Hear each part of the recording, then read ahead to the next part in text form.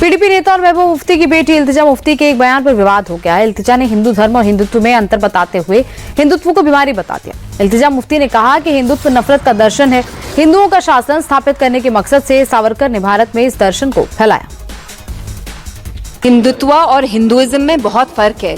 हिंदुत्व वो नफरत वाली फिलॉसफी है जो सावरकर यहाँ इंडिया में फैलाते थे in the 40s, where he used to say कि हम यहाँ एक हेजेमनी एस्टैब्लिश करेंगे हिंदूज की, और वो फिलॉसफी ये कहती है कि India is only of the Hindus and for the Hindus. तो हिंदुत्व और हिंदुइज्म में बहुत अंतर है। Hinduism like Islam is a religion that promotes secularism, that promotes love and compassion.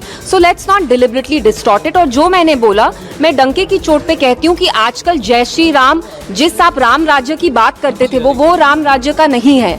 जय Shri Ram is a slogan that's been associated with lynchings. जब आपको किसी मुसलमान बच्चे की पिटाई करनी है, आप ये स्लोगन यूज करके उसकी पिटाई कर रहे हैं। सो इट्स वेरी शेमफुल कि हिंदुइज्म जो रिलीजन है आप उसको डिस्टॉर्ट कर रहे हैं। और मैंने हिंदुत्व को क्रिटिसाइज किया, और मैं डंके की चोट पे कहती हूँ कि हिंदुत्व एक बीमारी है। इल्तिजा मुफ्ती के इस बयान पर बवाल तय था। बीजेपी ने पलटवार करने में देर नहीं की। जम्मू कश्मीर बीजेपी के फायर ब्रांड नेता महबूब मुफ्ती की बेटी को जवाब देने के लिए आए। रविंद्र रैना ने कहा, यह हिंदू और हिंदुत्व का अपमान है। इल्तिजा और पूरी पीडीपी को अपने बयान के लिए माफी मांगनी होगी। बहुत ही अमर्यादित भाषा का प्रयोग पीडीपी की लीडर ने किया है। इस प्रकार की भाषा का इस्तेमाल नहीं होना चाहिए। राजनीति में डिफरेंस ऑफ ओपिनियन हो सकता है, लेकिन अभद्र भाषा का प्रयोग, अमर्यादित भाषा का प्रयोग नहीं होना चाहिए। महाराष्ट्र विधानसभा चुनाव में मिली करारी शिकस्त के बाद महाविकास अघाड़ी में फूट पड़ गई है। सपा ने अघाड़ी गठबंधन से अलग होने का ऐलान कर दिया। हालांकि ये ऐलान राष्ट्रीय स्तर पर नहीं बल्कि क्षेत्रीय स्तर पर ही हुआ है। तमाम तरह की बयानबाजी हो रही है, लेकिन अब तक अखिलेश यादव इस पर कुछ नहीं बोले हैं। इसी बीच आदित्य ठाकरे ने कहा कि सपा महाराष्ट्र में बीजेपी की बी टीम की तरह काम कर रही है। आदित्य ने अबू आजमी के हिंदुत्व वाले हमले पर भी पलटवार किया।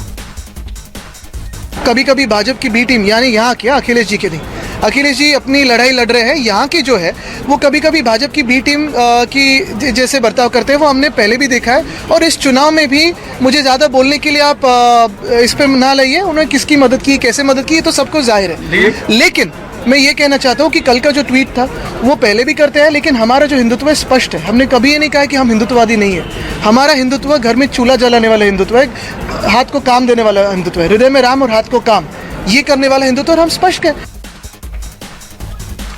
बीजेपी की बी टीम का कहा जाना समाजवादी पार्टी को चुभ गया। विधायक रईस शेख ने तुरंत आदित्य ठाकरे के बयान का पलटवार किया। रईस शेख ने कहा कि जब हम लोकसभा और विधानसभा चुनाव में उनकी पार्टी के लिए प्रचार कर रहे थे, तब क्या हम बीजेपी की बी टीम थे? ऐसे बयान देकर आदित्य ठाकरे महायुति को मजबूत कर रहे हैं। जब आदित्य ठाकरे साहब के लिए हम प्रचार कर रहे थे, जब लोकसभा में आपके एमपीज के लिए कर रहे थे, आपके एमएलएस के लिए कर रहे थे, और आपकी मशाल के लिए हम वोट मांग रहे थे, तब हम बी टीम नहीं थे। आप अभी महाराष्ट्र के बड़े नेता है, आपसे लोगों की उम्मीद है, महाराष्ट्र के जो फ्यूचर के आप लीडर हैं, तो आपसे विनती है कि इस तरह के भाष्य आप ना करें, बैठ के बात करें। हमने कुछ आपसे सवाल पूछे थे, जो मिलिंद नार्वेकर जी का ट्वीट था, उसके बाद उन सवालों का उत्तर अगर आप हमको दें या हमारे साथ बात करें तो ज़्यादा अच्छा होता। इस तरह के आप आरोप करके महायुति को आप ताकतवर बना रहे हो, यही मुझे कहना है। यही मेरी विनती है कि आप इस तरह से न कहते हुए मुद्दों पे ध्यान दें।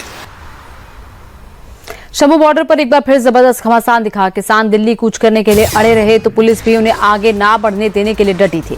आंसू गैस के गोले और वाटर कैनन चले और आखिर में किसानों ने दिल्ली कूच को फिलहाल स्थगित कर दिया। इसी बीच मोदी सरकार के मंत्री जीतन राम मांझी ने किसानों के मार्च को ढोंग बता दिया। मांझी ने कहा कि मार्च की जरूरत ही नहीं है, ये सिर्फ राजनीति के लिए हो रहा है। किसानों के 5 प्रतिनिधि आए और बात करें, सरकार बातचीत के लिए तैयार है। दिल्ली मार्च शुरू किया है, वो गलत मार्च किया है। राज्य मंत्री जी ने कहा है कि मार्च करने की कोई जरूरत नहीं है। 5 गो प्रतिनिधि आवे, भारत सरकार खुला है, बात करने को तैयार है, उनकी हर समस्याओं को दूर करने को तैयार है। वैसी परिस्थिति में लोग मार्च का एक ढोंग रच रहे हैं, ये पॉलिटिक्स कर रहे हैं। ये पॉलिटिक्स नहीं करना चाहिए। किसान संगठन और केंद्र के साथ साथ पंजाब की भगवंत मान सरकार से भी खफा हो गए हैं। किसान नेता सरवन सिंह पढ़े ने पंजाब सरकार पर अटैक किया।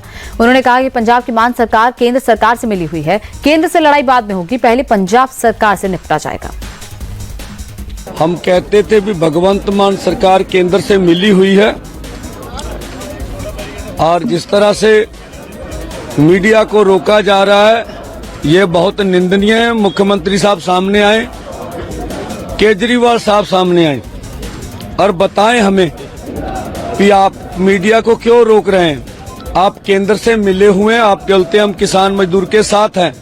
अगर आप लोग किसानों मजदूरों के साथ हैं तो मीडिया को क्यों रोका जा रहा है, क्यों मीडिया को आगे नहीं जाने दिया जा रहा। तो आज भगवंत मान सरकार का चेहरा नंगा हो गया है। हम केंद्र के खिलाफ थे, अब पंजाब सरकार के खिलाफ। पहले पंजाब सरकार से निपटते हैं फिर बात करेंगे।